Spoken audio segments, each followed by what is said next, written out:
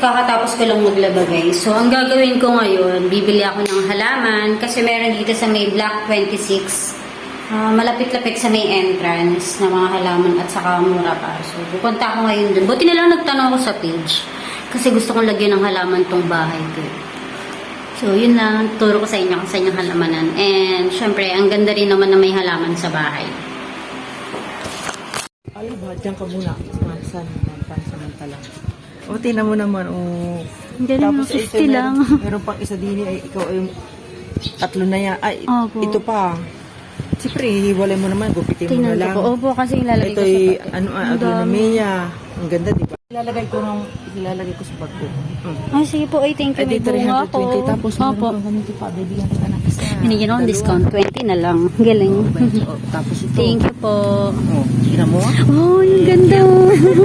Libre sa akin. Thank you pa. Videoan ko lang po dito. Opo, opo. Tatawag lang din po akong tricycle. Ang daming halaman. Babalikan ko to kasi... Ay. Ay, ito po. Bumili nga ako oregano. Ganda. So guys, ito yung binili kong mga halaman. Dami, no? Lahat mga herbal eh. Dapat may tanglad eh, kaso nga lang wala si ate. Tapos yung isa, diniscount na sa akin, 20 pesos. Then may free pa ako nito. Ang bongga, no? Mga katawa. Pabalik ulit ako dito. Bibili ako ng bougainvillea at saka yung may mga tubo na mga prutas. Ganda.